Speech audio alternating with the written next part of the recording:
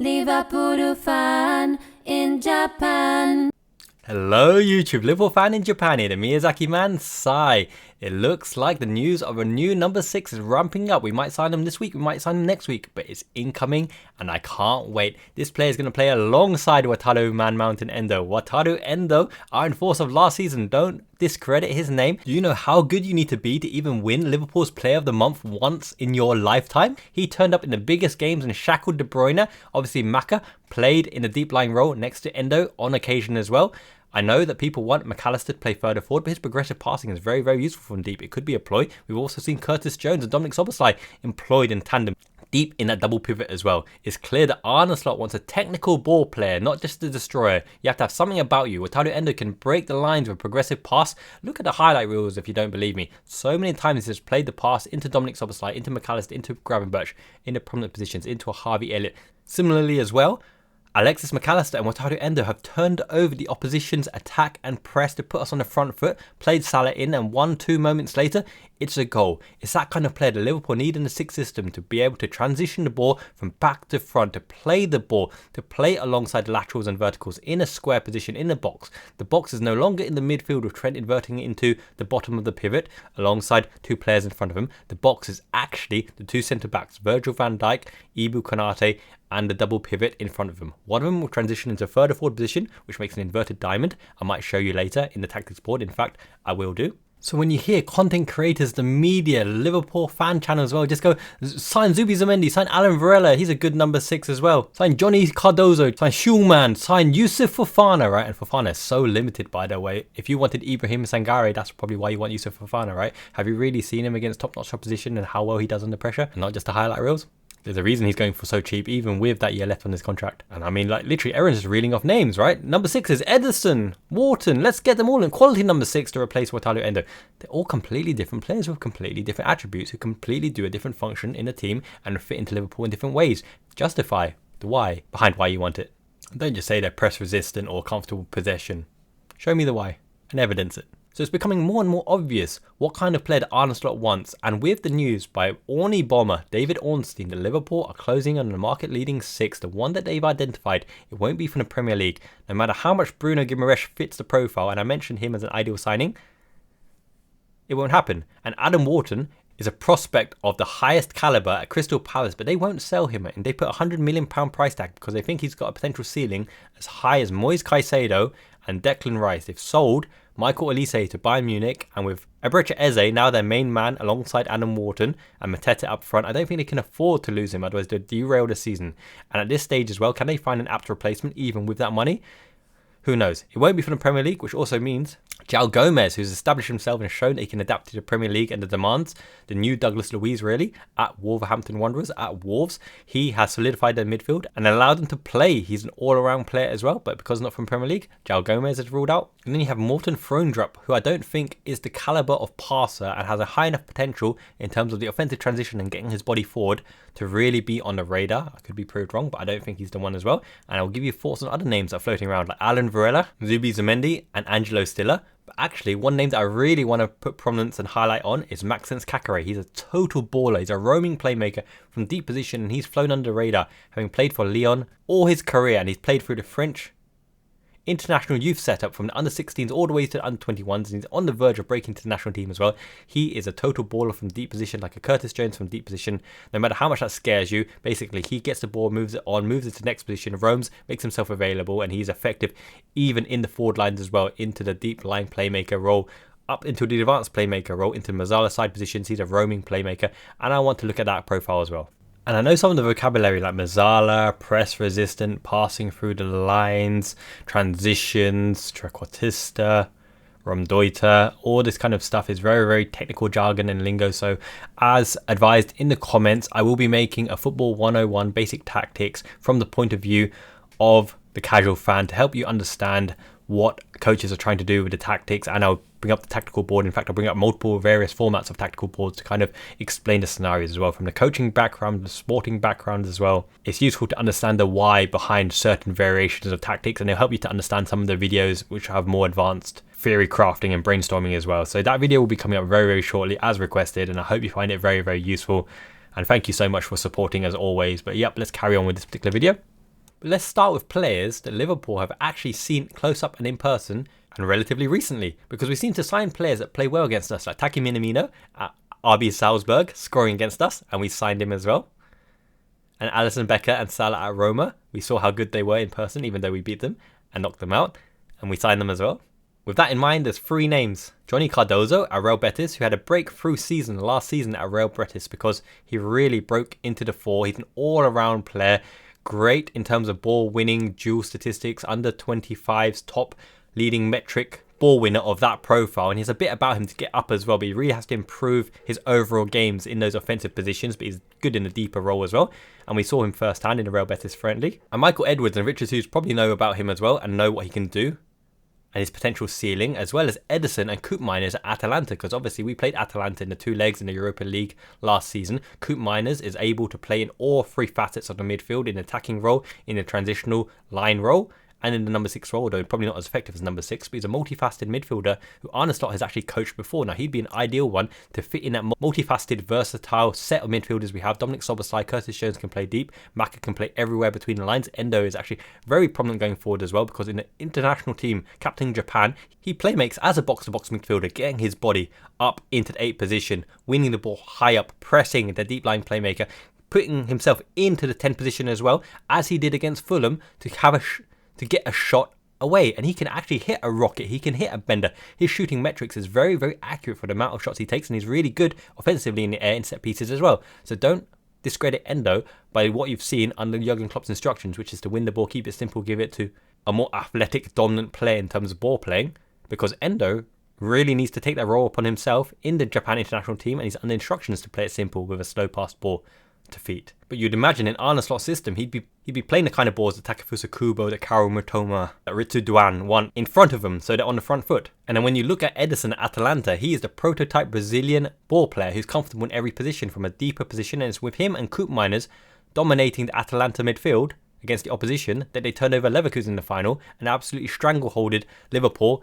in our 2 fixtures against them. I have never seen Liverpool under Jurgen Klopp being so starved of creative pathways, because Ederson was everywhere. And he profiles very, very similar to Bruno Guimaraes and Douglas Luiz as well. And in fact, he has a little bit of the N'Golo Kantes around him as well, that he feels like more players than one in the midfield because of his work rate, because of his versatility, because of his ability to cover lines, as well as his ball playing attributes as well, and working his way into the final third. But you'd imagine that he operates better from a deeper position, whereas Koopmeiners is the one that gets further forward. Now, they're both coming into the kind of prime age where they can make an impact instantly, whereas Johnny Cardoso, 22 years old, profiles similar to Kobbie Mainoo. Even though Kobbie Mainoo is younger, they have a similar kind of role in which they can take the ball deep, they're comfortable, they're press resistance, they can get the body further forward as well, they can receive the ball in all areas, and they can help transition the ball, albeit sporadically venturing into the final third to try to have an impact there. Unfortunately, Kobbie Mainoo had an impact against us last season, but it's not predominantly their role. But one thing that really puts Johnny Cardoso in good stead is he's actually an American international, and FSG have always wanted an American international in the ranks. Do you remember Clint Dempsey, Jordan Henderson swap deal, Fulham back in the day? And even though his name is Cardoso, because he's of Brazilian heritage, he's got 2 Brazilian parents, and I think they moved there after he was born in the United States. But that puts him in good stead as well, because he shows he's got the technical attributes through the DNA. So voila. And speaking of Brazilians, how many fans still clung on to Andre Trindade last season? He'll be a starting 6. He can come in and overtake Thiago Alcantara's role. Play the ball, take the ball off Van Dijk, operate deep, pull the strings, ping the ball everywhere. And now we know that Fulham is probably his level, because Fulham are even hesitating on pulling the plug, pulling the trigger on his transfer into them, and even preferred McTominay, that goal-scoring beast for Man United, top scorer for Man United last season, right? I can't believe there's a period where McTominay and Casemiro were the only scorers for Man United. Oh my goodness. Anyway, I digress a bit. But I've been saying, as long as we've been linked to Andre Trindade, that he's not the right fit for Liverpool. I don't think he's ready. And that Alan Varela is much more advanced in his progression, in his career, and more suitable for Liverpool, especially because Liverpool like to see the player having transitioned into the Premier League, or at least into Europe, before they pull the plug and release the funds. Because Liverpool are willing to pay the premium for Sadio Mane and Virgil van Dijk to show that they can adjust to the Premier League before they pull the trigger and sign him in for Liverpool. And similarly, Alan Varela has proved his credentials at Porto, and we've got a good relationship with Porto, having signed Lucho Diaz as well. And we know that Alan Varela is a good ball player. He is a penultimate ball player, deep lying ball player. And in fact, he reminds me a little bit of Fernando Redondo back in the day for Real Madrid. In fact, he could even be somewhat similar to Pep Guardiola in his playing days, in that he's a deep-lying midfielder who's not the defensive beast, although he's defensively responsible, but he gets the ball and distributes the ball and pings the ball and playmakes the ball from verticals and laterals side to side, gets his body forward as well. And do you remember Ever Banega for Valencia? Do you remember he actually broke his foot because of an accident in the garden or something, or his own car crushed his foot? I don't know, something ridiculous like that. But Ederson and Varela would be a very interesting one to receive the ball for Van Dijk or for Konate and allow them to ball play. But that's only if you want someone to really pull the strings from deep and keep your team ticking, because that is the kind of metronome that Ederson and Varela is, compared to a Fabian Ruiz at PSG, who's more of a well-rounded midfielder. Now, Fabian Ruiz at Real Betis and at Napoli was a 6, a destroyer, a holder, a deep-lying playmaking midfielder who also anchors the midfield. But because of the existence of Rodri in the Spanish national team, he showed his prominence in the 8 position, going up and down the lines as well. So he would be the most stylistically similar to a Rodri that exists worldwide at the moment. And obviously they play together in the Spain national team and they're Spanish, right? So go figure. But he'd be expensive. PSG don't utilise him so much, and he's already 28 years old, so he'd be coming in for the now. But he is younger than Wataru Endo, but Endo is a young 31 years old because he hasn't got the mileage in the top leagues at the top tempo anyway. So I think they could be a mainstay at the base of the midfield to really attack the Premier League for next season. But another midfielder at PSG, Ugarte, which I still hear being linked to us, I think is a non-starter because Ugarte is so limited when he goes forward. He's a great destroyer, but people talk about the ability to play in all roles in the midfield, multifaceted, passing through the lines, pressing the opposition high up. Ugarte gets lost the further forward he goes. He's a great destroyer, but his passing is substandard. It's overpriced, and even Man United, who traditionally will try to extend the budget to buy the key players, are hesitant on signing Ugarte, and that says it all. And PSG won't play him either. Verratti starts every game for them. And then another Spaniard that is well thought of is ZUBIMENDI at Real Sociedad, right? But the problem with ZUBIMENDI as a deep-lying playmaker and a full criminal function as well is Arteta and Arsenal have been flirting with him for God knows how long, and they haven't pulled the trigger on him. He doesn't want to leave Real Sociedad, right? A lot of players are really attached to their home club, and he doesn't seem to want to move. So they've set the sights on Mikel Moreno, who can do all facets of the midfield as well. But ZUBIMENDI, for me, is like a budget version of Busquets, and I don't think his ceiling is as high as some people believe. And it'd be really strange unless Liverpool have been putting the groundwork and flirting with him and tempting him over a long period of time, that suddenly, having rejected the move to Arsenal, that he signed for Liverpool. I don't see that happening. And similar to Ederson and Varela as well, as good a fit I think as I think he would be for Liverpool, he's the type of player that if he was the choice for Liverpool, I think he would have signed already. That's the only hesitation around Varela, is that if he was the one, I think he would have signed already and played a part of pre-season, because Porto aren't the ones to let it leave till last minute in the last day, as they would want a replacement as well. But other players like Ederson and Koopmeiners, you'd imagine that Atalanta, like the domino effect in the housing market, the chain, they would want a replacement in the squad already prepped for when they sell them on, so they can fill that gap, because it'd be a huge gap that Ederson or Koopmeiners will leave in Atalanta tactical setup for Gasperini, right? So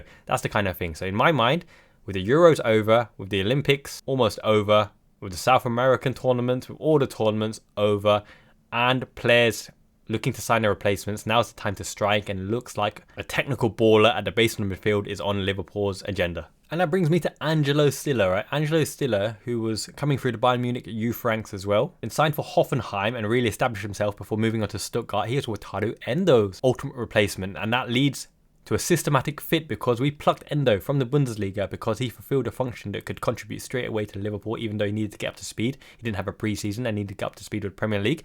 So he knows the system of Stuttgart, which Wataru Endo graduated from, in which case, if he joined Endo again, I think he'd be the type of signing who goes under the radar, but would really be high up on Michael Edwards and Richard Hughes' list, and Arne Slot's philosophy of being comfortable in possession, press resistant, being able to bop the ball either side, playing back to goal, technically proficient with a high ceiling, coming from a well-established system in Europe, breakthrough. He didn't really play a lot for the German youth international setup. He's only kind of just broken through to the German under-21 team and really looks to establish a role there.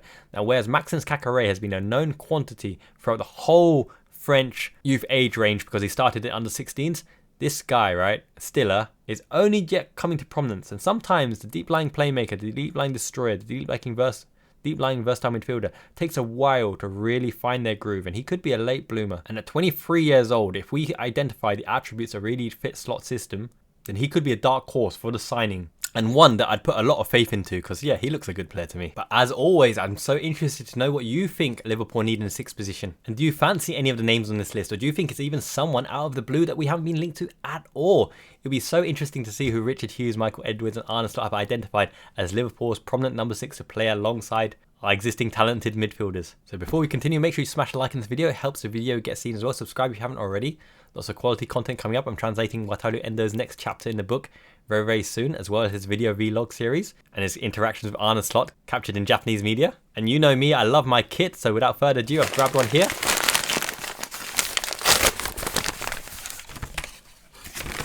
And this, wait a minute, I've already got this. I've already got this LeBron James one, except from this, this must be Miyazaki Mama Mai's, because it's got Wataru Endo on the back. Haha. Talking about top quality 6s, we've got one right here, baby. Endo-san Ichiban. And hey, if this new signing falls through, I can do a job at number 6 for a season. Give me a call. But all facts aside, let's get into the tactics board. Okay, now I've seen some other names like Morten Frøndrup, right? The Denmark international being linked as well. But I don't think his ceiling is that high, and his passing isn't an Arne Slot technician style of passing. I don't think his passing is up to scratch, so I'm going to rule that one out as well. And players like Scalvini, he's more of a centre-back really than defensive midfielder who would step up into the brink and into the breach further afield. So I doubt that. He'd be a great kind of utility signing as well, that backup centre-back and defensive midfielder that potentially would be useful for the squad. But okay, let's slot some players here and let's see how they currently perform, right? So if we go with our first choice lineup for the opening day, and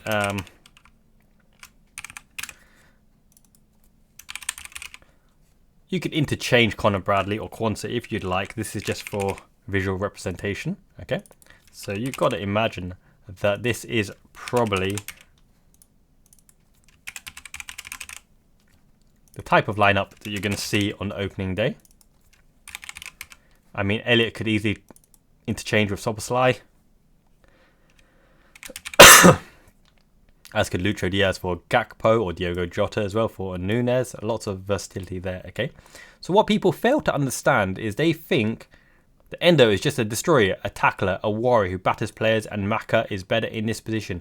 But actually, in order to facilitate Maka here, it's players like Endo who play the ball through the lines into Maka. Now, he can break the opposition press by playing the ball through the lines. If you watch the highlights of last season, you don't even need to watch the full games. Watch the highlights to see just how many times Endo puts us on the front foot. And this is also the reason why Maka drops into that position as well, because Maka is able to find the balls through the lines into a Salah, into a Szoboszlai, right? Into the Robertson in half space on this side, or work the ball out into Trent into that side as well. So it's these kind of players that allow the ball playing onto the front foot, which Arne Slot needs in his system. The ability to take the ball and bop it off to the side, right? What I imagine will happen in this setup from the kickoff, you have the box in the bottom, okay? The two holding midfielders, two deeper midfielders alongside two centre-backs will form the kind of utility box like this. However, Robertson and Trent won't push up high as in Klopp's system and in the previous seasons until the ball gets played into the player, okay, into the player, in which case now Trent will make the run, and when Maka gets pressed by the opposition, as soon as the ball comes in, he'll bop it off into that space for Trent to run onto. It's been a big prominent play of Arne Slot's system to hit the ball in front of our players into the space to allow them to look forwards, and off you go. Now, when Trent gets the ball here, right, traditionally he'll look to smash it over to left wing to a Lucho Diaz or into an on-rushing Robertson, because Szoboszlai would go into the half space here, into an on-rushing Robertson, that kind of thing, if Gakpo comes in as well.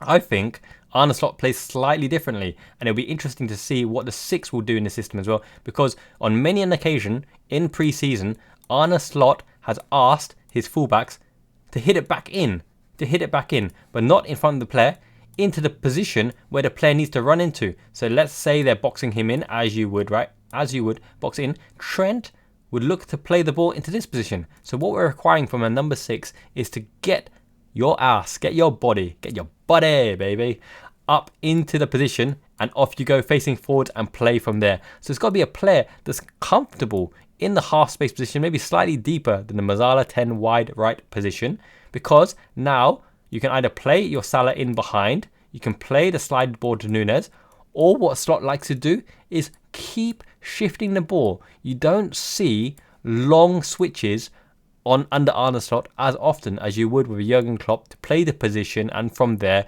overload, attack, and have your marginal difference on one side to make the threat on the other side to score the goal. We did it time and time again with Henderson, Salah, Trent Alexander-Arnold, marginal difference, win the position, overload on the left, back post, play from there, play the position, and off you go again. These words like Mazzala, play the position, pressing, progressive passes, I know it's a little bit complex sometimes to follow. So what I'm going to do a football 101 in tactics to understand the basics of football and how a manager would think in very simple terms, because pundits and content creators and the media can visualize a pitch, bring a board like this and show you and repeat what other people have said. But unless you really understand tactics at a fundamental level, done the theory crafting, read the books, been a coach yourself of various sports, then you can't understand the why behind the reasoning of why certain things are done. And I'll explain to you the why of the movements that you see in the balls that are played and the way to receive the ball and the build of a play in a very, very simple way. I will do that video very, very soon, I promise. It's been asked for and requested many, many times, and I owe it to you guys to do it for you.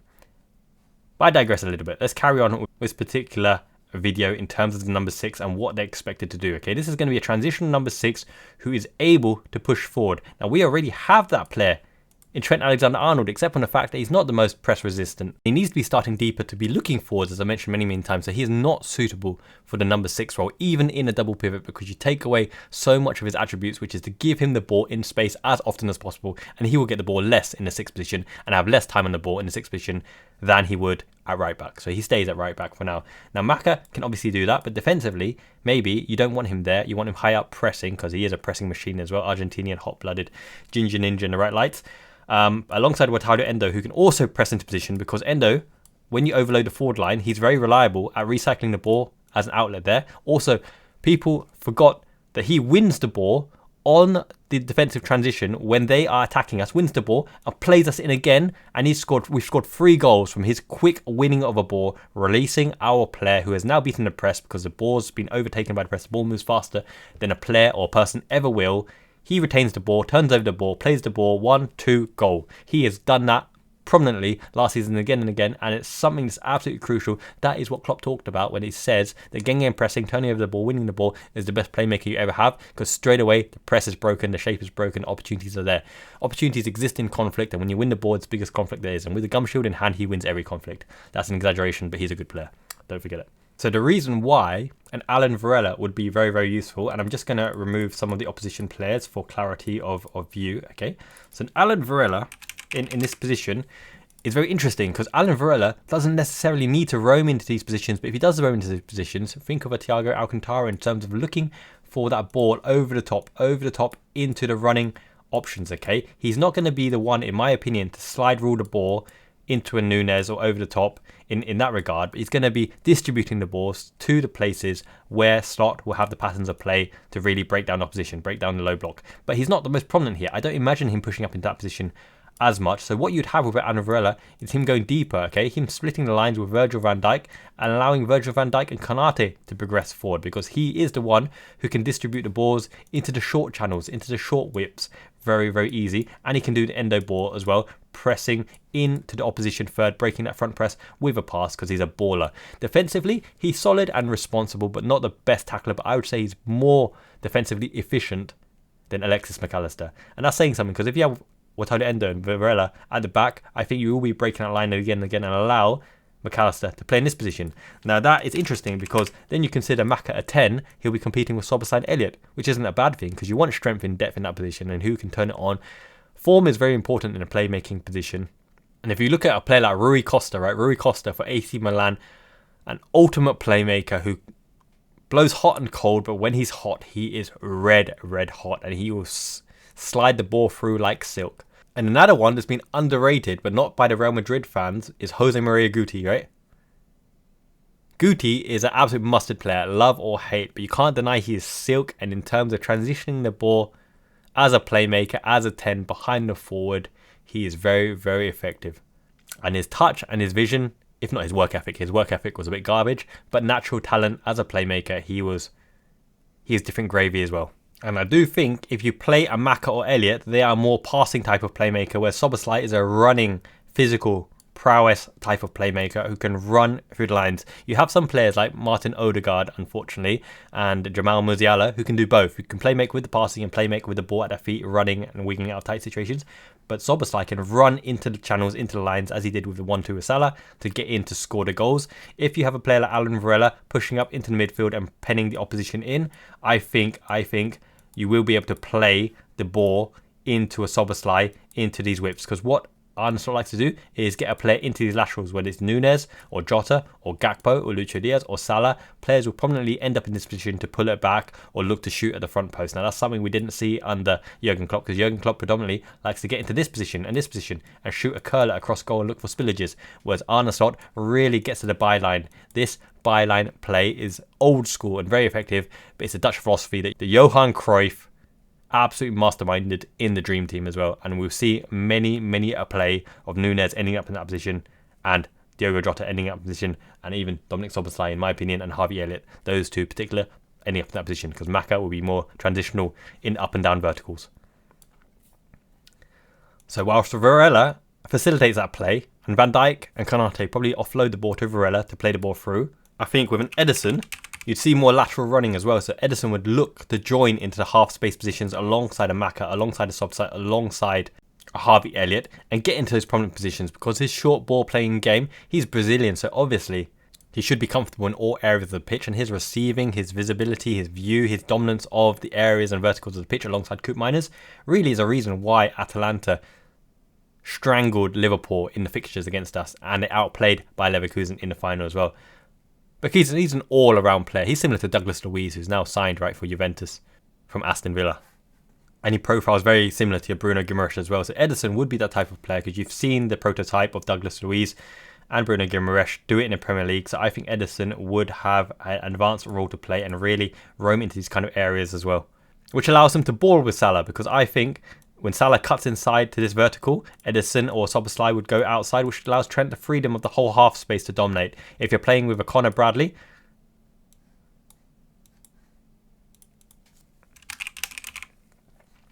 would probably play the 1-2s with your Ederson, your give and go, which would allow Salah to get into that vertical, as I mentioned, bomb it off to Bradley, or if the space is not there, he has enough techers around him to turn, and off you go. Play the short ball, and as I mentioned, you go short ball,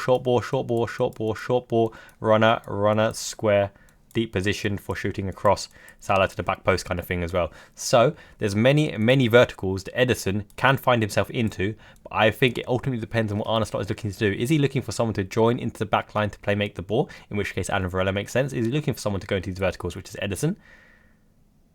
Or if you want a more mature option who can ball play it, be a roaming baller, then it's Fabian Ruiz at PSG. But once again, he's of the older experience side of things. He would be a able player for the next 3-4 years, but then again, if we're looking for the real future, then it's probably not him. But if we're looking for the present, Fabian Ruiz, I don't know why he hasn't transferred to a big club for now. He's already a big club, PSG, but they don't utilise him. And then the other two I want to look at is Maxence Caqueret. So I'm going to reset this a little bit. Okay. Now, Maxence Caqueret reminds me a little bit of a deeper Curtis Jones, and that might be scary, a scary thought for some people, but he's really trustworthy. The ball at his feet, he's so press resistant, he's got so much technical ability, but I think he would roam. If you have a Maxence Caqueret, right, he would offload it to a Robertson, and he would look to get it back in this half space here, and he'll transition it to a Maka. Maka might switch it over to a Gakpo. Gakpo goes down the line, and Caqueret would say, give me the ball back. Caqueret looks to shoot, but actually what he does is he slides in to Nunes. Nunes goes down the line, pulls it back to Mo Salah, who's running in, and then if it's Mo Salah on form, he rifles it in. If he's off form, is a pee-wee roller to the goalkeeper. My bad. I'm sorry, King Mo. You're going to score bucket loads. I've got you my fantasy football team. I'm backing you, son. So he'd be a really interesting one, because he is literally a roaming playmaker who always wants the ball, starting from a deep position with defensive attributes. He's a little bit diminutive as well, a little bit slight of build, but he is a baller, a roaming baller. Imagine him and Curtis Jones on the field. They'd be a deadly duo, so never giving anyone else the ball, just hogging the ball until they inevitably lose the ball and then they score. No, sorry, I digress. But yeah, Maxence Caqueret, roaming playmaker type. But the other one I really want to look at is Johnny Cardoso. Okay, so Cardoso comes in on the back of a breakout season at Real Betis as well. And he offers legs, he offers technical ability. He reminds me a little bit of Mikel Merino, who is heavily linked to Arsenal, right? And he scored in the Euro 2024. He's got a bit about everything. He's not super quality in one aspect, although his defensive attributes in terms of defensive duels is really high. But take it on a standalone season, right? And his role, obviously. But he'd be expected to play the ball a bit. He'd be expected to win the aerial duels. He'll be expected to cover the lines. He'll be expected to bop the ball off back as a trigger point. In you go, back to the diagonal, back to Endo, cross it into Cardoso, and off you go again into the forward lines. He'd be expected to do a bit of everything. So the ball winning aspect is well and good, but he needs to improve his overall game to offer the transitional play that Liverpool probably need under Arne Slot, having to work through the midfield. But hey, Liverpool would be the best place for him to improve and really make a name for himself. Because I think he can be as good a player as Kobbie Mainoo is currently showing for England and Man United in terms of receiving the ball in all areas and being effective with the ball, being a jack of all trades, being able to do everything, predominantly defensive. I think he has a higher ceiling than Manuel Ugarte, who's only a destroyer. Some people seem to overrate Manuel Ugarte's passing and ability to carry the ball just because of a few highlight reels. But when you dig into the data and with the eye test, Ugarte is so limited going forward that I don't think Ugarte plays effectively here at all, no matter what you see in the 1 or 2 highlight reels. And I think Bielsa knows it as well, because in Uruguay he just doesn't really get depended on to play the ball that much.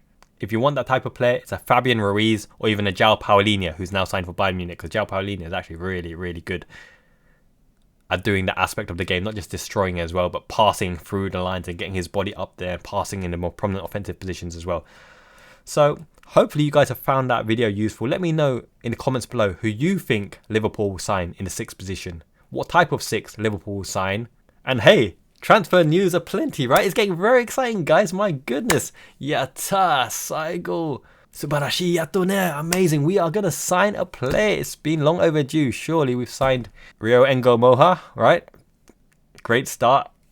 Great youth prospect. But we want someone for right now. In fact, we got him Trey Yoni already. Top-notch talent. He'll play a little bit this season. But yes, when we get the 6 in, I think everyone's nerves will be relieved, and it'll be so fun to see who Richard Hughes, Michael Edwards, Arne Slot have handpicked as the market-leading 6 for Liverpool FC to bring us into the promised place with Arne Slot on the helm. The shiny one is going to dominate in style with profile next season, and I can't wait. Make sure you smash the subscribe button. We're growing rapidly, over 5,000 subscribers now. Join the membership if you want to see exclusive translated videos on Wataru Endo's full 100 video repertoire. Just done a hot or not translation in the members area, translating the book again this week. I mean, why not? It's cheaper than a cup of coffee a month, right? Smash a like on this video, really helps get the videos seen. This channel is growing constantly as well. I'm finally getting over the COVID cough, so thank you everyone for keeping with me and supporting me as I have to edit myself, struggling to breathe, but as I mentioned, I'm getting better. The Tutti Frutti bundles of medicine is doing me good. So until next time, Don Arigato. Thank you everyone for watching the video. I hope it was useful. I hope you enjoyed it. I hope it made sense, and I hope you guys look forward to the next video as well. Football 101 for beginners in terms of tactics. The why behind what you see. Miyazaki man, Ichiban. Until next time, Jane means ciao.